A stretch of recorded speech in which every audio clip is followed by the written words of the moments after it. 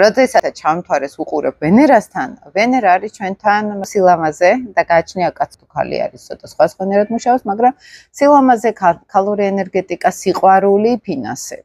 ყველა ზონაში გარღვევა აქვს ხოლმე ადამიანს. ან პირიქით ეძლევა ყველაფერი.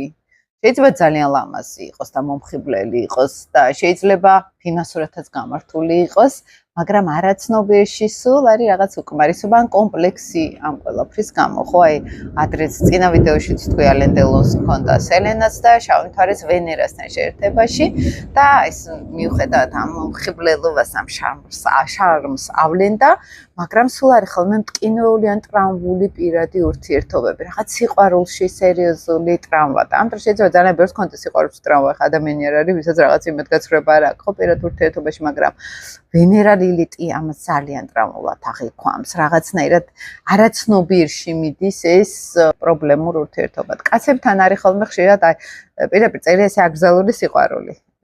აქეთკენ აქვთ მიდრეკილება.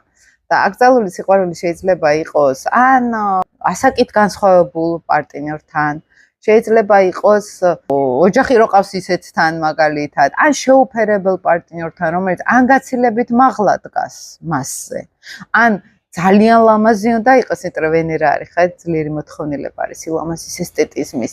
ქალებს აქვთ უფრო საკუთარ თავში მოთხოვნილება ამ სილამაზის და ამ ქალური ენერგიის და აქ მოდის ხოლმე სადღაც აი ეს ცოტა მტკინეული ტარჯველი გარემხუხილი არის ინგრევა ქვეყანა და აქვთ ის სულ რომ მე არ ვარ საკვარისად ლამაზი და შეიძლება შეპყრობილი იყოს სილამაზის მოთხოვნილებით. ხო, კაცებს შეიძლება ქონდეთ მატერიალური პრობლემები, შეიძლება ვლინდებოდეს აქ გადაჭარბებული დამოკიდებულება კომფორტზე, კომფორტი უყვარდეს ძალიან, აქედან გამომდინარე ქონდეს ფინანსური პრობლემები, ან შეიძლება ადამიანს ქონდეს ხა ქალებთან უფრო ეს არის ხოლმე რა კომფორტი უნდა ძალიან ფინანსური სტაბილურობა და სულ ეს არ აქვს. კაცებსაც აქვთ ეს, მაგრამ ქალს უფრო ის აქვს, რომ აი შინაგანად ვერ კმაყოფილდება რაღაცეებით, ხო? ანუ აი რაც არ უნდა ქონდეს, მეტი უნდა. ან ვერ იყინებს, აქ ბევრი რამე და ვერ იყინებს.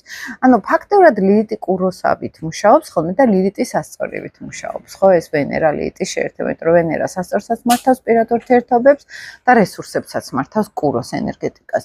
ორივეგან არის ხოლმე რაღაცა პრობლემა. ეს არის ფინანსები, რესურსები, გზნობები, კომფორტი, აქ არის მთავარი კარმული გამოწვევები. მე ვუყურებ რა ნიშანში ეს შეერთება, რომელ სახლში შეერთება, ზოგადად რუკაში რა ხდება და აქედან გამომდინარე ხვდებით როგორ მუშაობს ეს უკვე დიდ სურათში, რომ კონკრეტულად ავიღოთ, ხო? აი პირად რუკას როცა გავდივართ ხოლმე და ისე სერიოზულად რომ